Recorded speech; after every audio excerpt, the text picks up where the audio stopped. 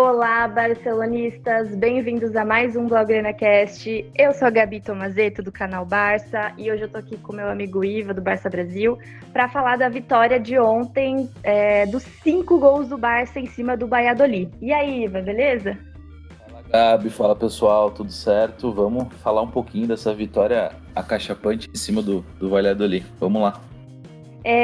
Bom, os 5 gols não dizem o que foi, na verdade, a partida, né? Isso a gente vai falar aqui melhor, nessa mais uma edição do Drops, né? Lembrando que os episódios convencionais do BlauGrenaCast continuarão, onde a gente vai fazer balanços mensais, bimestrais, enfim, da equipe, falando dos assuntos de uma forma mais profunda. Mas os drops serão mais para a gente fazer uma análise resumida, né? Comentários breves em relação aos jogos, a assuntos mais urgentes. Então, acho que o tema que dá para a gente começar a destacar do jogo de ontem, né? A polêmica ali do finalzinho da partida, é a questão do Griezmann, né? A adaptação do Griezmann. E eu vi muita gente comentar em torno disso, já criar muitas teorias, falar que o Messi odeia o Griezmann, que o Messi e o Suárez estão se unindo contra o Griezmann e a panela está se voltando contra ele. Mas eu acho que a gente precisa, antes de tudo, analisar 3 pontos. Primeiro, a adaptação do jogador do Barcelona, de um jogador do Barcelona dentro de campo. Eu acho que já está nítido para o torcedor que se adaptar a um time como o Barcelona não é fácil. Se adaptar a um time onde tem muitos jogadores que jogam juntos há muitos anos, como o Piqué, o Busquets, o Alba e o Messi, é difícil. E até agora o Suárez, que está conosco desde 2014. Então, eu acho que a gente precisa ter cautela, primeiro, para entender isso. Se adaptar ao Barcelona, falando de campo e bola, não é fácil. Ficou nítido que o Suárez vai continuar sendo titular, né? Se é certo ou não, daí a gente já entra em outros temas, mas continuará sendo titular. Então, ontem, quando o Valverde tirou o Fati para colocar o Griezmann, vi muita gente reclamando que queria ver o Fati junto com o Griezmann e o Messi, mas foi uma opção do Valverde. Eu acho que é isso que vai acontecer. A prioridade será Suárez e Messi, naturalmente. E o Griezmann vai ter que se adaptar à esquerda. Então, eu acho que esse é o primeiro ponto. Lógico que o torcedor fica naquele imediatismo, não, porque a gente precisa ver, ele tem que dar certo logo, ele tem que, né, aquela coisa de, trio MSN 2.0 e tudo, mas é uma emoção que a gente precisa conter, se for para analisar. Se a gente estiver analisando, precisa respirar fundo e entender que esse é o primeiro ponto. Ele vai demorar para se adaptar. Se adaptar a um time como o Barcelona não é fácil. Por isso que a gente vê jogadores dando muito certo em outros times e não tendo nem oportunidades no Barça. Tá? Isso é absolutamente natural. Não tem só a ver com o técnico, são muitos quesitos para que isso aconteça. Então pode ser que o Griezmann demore mais para se adaptar em relação a campo e bola. O segundo ponto é o relacionamento. E aí, como eu disse, né, no início, existem já teorias de que eles não se gostam, de que o Messi não vai com a cara do Griezmann, que o Griezmann tenta ser amigo dele, que o Messi não cumprimenta o Griezmann, etc. Mas o que a gente precisa também ter cautela para analisar é que o cara acabou de chegar. Então, o mesmo motivo pelo qual ele não vai se comportar como um jogador que está há 10 anos no time dentro de campo, fora de campo também não. Então não dá para comparar a relação do Messi com o Suárez, do Messi com o Piqué, do Messi com o Busquets, com a relação do Messi com o Griezmann, né? Ele é a única pessoa que pode falar pra gente se ele vai com a cara do Griezmann ou não, na verdade? A gente não pode falar, nem a gente, nem jornalista, nem ninguém. Claro que as atitudes, às vezes, enfim, mas esse é o segundo ponto. E sem esse bom relacionamento do Griezmann com Messi e Suárez fora de campo, vai ser muito difícil as coisas darem certo dentro dele, porque são raras as exceções, né, de times que dão certo dentro de campo, que mostram sintonia, de jogadores que não se dão muito fora de campo. Então isso precisa ser levado em conta. E o terceiro ponto é a junção desses dois. Para mim, o Griezmann é ponto. O Griezmann não vai dar certo no Barcelona se ele não tiver uma boa adaptação e também não tiver um bom relacionamento com o Messi e com o Suárez. Eu acho que a gente não tem a menor ideia das coisas, né? Não somos o Messi para saber se eles se gostam ou não. Mas que eles precisarão pensar no clube, né? Que se o clube tá bem, todo mundo tá bem. Então eu acho que é isso.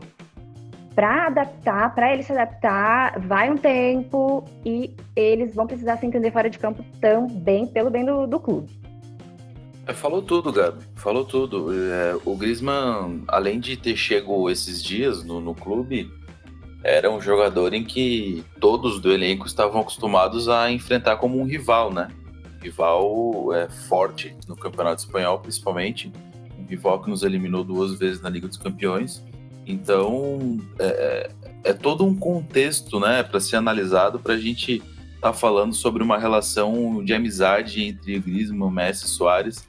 É natural, é super natural, até eu diria, que ele parece se acostumar por tudo que a Gabi falou. E olhando para o jogo de ontem, eu também acho que tem o contexto do jogo. Acho que o Messi ficou muito tempo lesionado. Por mais que o Messi não fale em premiações individuais, eu acho que todo jogador pensa um pouquinho nisso.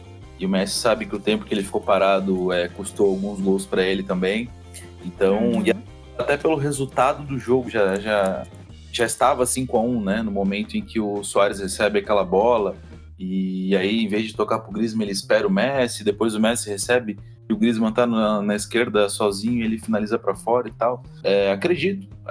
Quero acreditar, na verdade, que se o jogo tivesse 1-0, tivesse mais truncado, ele teria tocado e tal. Mas como já estava 5-1, então já era uma situação resolvida, o Messi pensou, vou tentar fazer o meu terceiro aqui. Mas a gente sabe da relação que tem o Suárez com o Messi, a gente sabe dos problemas que já foram relatados aqui em outros podcasts, dos grupos, né? Do grupo que existe dentro do Barcelona, de amizades. O Suárez contestado, mas acaba não saindo do time, muito também pelo respeito e por tudo que ele já fez pelo clube, e isso tem que ter um certo limite, um certo cuidado, né? A gente não pode que o jogador seja titular simplesmente pelo que ele já fez pelo clube. Óbvio, a gente é super grato por tudo que o Suárez já fez, mas chega uma hora que o ciclo começa a se encerrar e parece que é o início do fim do Suárez no Barcelona, só que a grande amizade dele, não só com o Messi, mas com o elenco, acaba pesando talvez na hora do Valverde montar a equipe, e aí o Griezmann acaba talvez se sacrificando um pouco mais para jogar lá pelo lado esquerdo, apesar de nas últimas partidas eu ter gostado das atuações dele jogando pela esquerda, seja na recomposição ou atuando por dentro para atacar, junto com o Messi e com o Suárez, né? Rendeu bons começos ali, né? Porque eles jogaram pouco tempo juntos também, né? Mas essa questão de intimidade entre os dois já foi... É um tema que se fala desde que o Griezmann chegou, né? Desde aquele Juan Gamper em que o Griezmann vai pro banco e aí o Messi não cumprimenta ele e não sei o que. E todo mundo já se cria 1 milhão de teorias da conspiração, né? Mas eu acho que tudo leva tempo, né? E a gente também não cria uma amizade assim do dia pra noite. O Messi fez a pré-temporada, ao contrário do Griezmann, então não viajaram muito tempo juntos. O Suárez, que jogou um pouquinho mais ali no começo da temporada do que o Messi, já se via muitos vídeos do Suárez com o Griezmann dividindo o mate. Então, assim, vai criando laços de amizade aos poucos, e quanto melhor o nível de amizade entre eles, eu acredito que o rendimento em campo tende a melhorar. Com certeza. E a gente esquece, às vezes, né, que os jogadores são seres humanos, e quando você muda de emprego, de escola, de ciclo social, né, você não chega sendo irmão de ninguém. A sintonia demora para chegar, tem gente que se identifica mais rápido, tem gente que demora mais, mas é lógico, não é o time do Messi, não é o time do Suárez, né? A gente precisa pensar no Barça, em primeiro lugar. É lógico que o Messi é simplesmente o nosso jogador principal, mas a gente precisa tomar um pouco de cuidado com isso. E pensando nessa reformulação que o Iva disse, a questão do Suárez e tudo, é legal a gente acentuar, não só ali na frente, mas no time como um todo, no coletivo, como que manter Messi e Suárez juntos no time necessita algumas adaptações, que é o caso do Vidal, por exemplo, né? O Vidal, ele não é meu estilo de jogador preferido.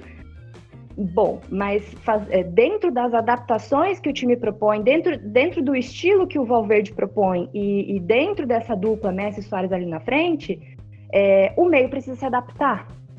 E aí, com o Vidal, isso parece trazer um pouco mais de conforto para o Messi e para o Suárez. Você não concorda, Ivo? Sem dúvida, Gabi, sem dúvida. E ontem, eu acho que na partida de ontem ficou bem claro isso. O Vidal atua à direita junto com o Messi, ele dá uma cobertura maior pro argentino e faz o que o Messi não faz, que é marcar, né? Então, o campista que atua pela direita, ele tem uma necessidade maior do que o que atua pela esquerda, principalmente quando a gente tá falando do Griezmann jogando pela esquerda, e a gente sabe do que o Griezmann é importante pro Barcelona também defensivamente, né? E o Messi que não marca, não adianta. O Messi, um jogo ou outro que a gente vê ele lá atrás, correndo pra... Ontem foi um jogo que a gente viu ele algumas vezes lá atrás, etc. Mas o Vidal cobriu muito bem os espaços em que o Messi acabava não marcando e aparecia muito bem na frente também, né? Tanto que o gol dele foi uma jogada linda do Messi, que infiltrou e etc. E a gente viu que e o Vidal sempre teve essa presença diária, né, em qualquer clube que ele passou, continua tendo aqui. Em comparação à temporada passada, acho que ele melhorou sim, até no estar. Deu para ver essa diferença. O Vidal tinha uma dificuldade, né? Porque o Vidal, eu e a Gabi, a gente tem um pensamento bem parecido sobre o futebol. A gente também não. A gente concorda que o Vidal não é lá o jogador ideal para o Barcelona, mas isso não exclui o fato de que o Vidal tem uma carreira invejável, que o Vidal é um grande jogador. Isso, com certeza. Isso acredito que seja inquestionável. E até por isso que ele conseguiu se adaptar um pouco ao estilo do time. E a gente já vê grande diferença, principalmente no jogo de ontem. No jogo de ontem, gostei muito do Vidal. Gostei muito do Frank de Jong também, que jogou muito bem. O Busquets, que muita gente tem criticado também, ontem jogou muito bem. E a gente não pode deixar de mencionar a partida do Messi e do Lenglet, né, Gabi? Que foi de tirar o... não, sim, por favor. Esse é o momento de exaltar o Lenglet, porque eu acho que ele ainda é muito subestimado pela torcida. É um zagueiro jovem, ou seja, entrando na contramão daquilo que eu falei do Suárez, que a gente precisa de reformulação e tudo, o Lenglet é um jogador para o futuro, né? Para o presente e para o futuro. Então, acho que a gente precisa mencionar com certeza, e a partida do Busquets também, porque é um dos jogadores mais criticados atualmente. Então, quando joga bem, a gente precisa lembrar, né, de elogiar com certeza, porque foi muito importante. E a questão do Vidal é o que você bem disse, por isso que o Messi pediu para ele jogar mais vezes, inclusive, né? O Messi deu uma entrevista essa semana, como já deu várias vezes, nessa semana ou semana passada, não estou lembrada, falando da questão dele mudar a forma de se movimentar em campo, não desgastar em todos os lances, etc. Então, um jogador como o Vidal acaba cobrindo isso. Não é o ideal? Não é, mas é o que tem para hoje. É o que tem para os últimos anos do Messi no futebol, do Messi no Barcelona, infelizmente. E ali do lado deles, eu acho que é legal a gente comentar também, antes de encerrar, a questão do Semedo, né? O Sérgio, quando escalado na lateral, ele é muito criticado. Mas, para mim, o Semedo também não fica muito longe das limitações. Então, eu acho que a gente precisa tomar um pouco de cuidado na questão do nosso lado direito ser muito previsível, sabe? E acabar acontecendo o que aconteceu ontem no único gol do Valladolid. Eu sinto que as pessoas ultimamente têm um certo preconceito com La Masia, né? Porque... Sim. Falar mal do Sérgio Roberto, as pessoas falam 24 horas por dia sem motivo nenhum. Cara... Ele não é brilhante, ok? Muitas das críticas que ele recebe é sem embasamento nenhum, né? E a gente que tem as páginas lá no Twitter, a gente acompanha isso diariamente. Ao passo que o Semedo é um jogador em que sobra qualidade física nele. O Semedo é um jogador muito físico, muito rápido, de explosão, mas peca muito na técnica, né? até na tática, né? Posicional, etc. Uhum. E as pessoas... Mas apesar de que os dois são criticados, né? Mas o Sérgio tem um quesinho a mais ali de, não, eu vou cutucar aqui, Nossa, tem. veterano e Lamazia não existe mais, e Lamazia morreu, enfim, né, as pessoas pesam muito a mão nas críticas com o Sérgio, mas esquecem que o outro jogador que tá lá também é o Semedo, que não... A verdade é que depois do Daniel Alves, né, Gabi, a gente não teve mais lateral direito. Ah, não é difícil, né? Toquei na Sério. ferida agora. Não. Aí você foi além. Não tem nem comparação com nenhum outro. Somos eternos viúvos. Mas é isso. A gente vai fazer um podcast com certeza falando só da Lamazia, porque é um assunto que vai render muito. É um assunto que a gente sempre comenta lá no grupo do BloggerCast. Sempre comentamos ou no canal Barça ou no Barça Brasil. E com certeza merece um episódio inteirinho só de Lamazia. Porque eu acho que muitas questões são distorcidas para o bem e para o mal. E o nosso trabalho aqui é tentar desmistificar um pouquinho essas coisas dentro das nossas condições. E é isso, né? Voltamos para a liderança. A La Liga começou meio doida, mas aos poucos as coisas vão se encaixando. E agora só no sábado, né? Temos aí uns dias de descanso até Levante Barcelona. E tem mais algum comentário a fazer, Iva? Sobre esse jogo maravilhoso? Não, só finalizando, falando da Liga mesmo, né? Que nem tu falou, a Liga tá meio doida. Esse final de semana era pra ter clássico, não teve, foi adiado. A gente, com a vitória de ontem, a gente voltou pra liderança, né? Que era do Granada. Apesar de que o Granada joga hoje e se vencer, passa a gente de novo por um ponto. Sim. Mas acho que o importante da vitória de ontem foi o empate do Atlético de Madrid com o Alavés. O Atlético de Madrid, que a gente sabe, é um time que está sempre ali para disputar o título com o Barcelona e com o Madrid. E a situação de momento é que a gente tem um jogo a menos que o Atlético de Madrid e 2 pontos a mais. Ou seja, podemos abrir aí logo no começo 5 pontos para um outro candidato ao título, né? O Real Madrid no momento está em 6º lugar com 18 pontos, mas também joga ainda, então... E joga e tem um jogo a menos também, né? Que vai ser contra a gente. Então, mas tem muita coisa a acontecer ainda e a gente espera que o time possa continuar evoluindo e vencendo pra gente erguer mais uma liga. Ah, por favor. Por favor. Então é isso. Finalizado mais um Drops. Muito obrigada por você que tá aí ouvindo a gente. Comenta lá no Twitter, ou do Barça Brasil, do canal Barça, ou no YouTube, onde você encontrar a gente tá em todos os lugares. E é isso, até a próxima. Beijão, Iva. Gabi, beijão.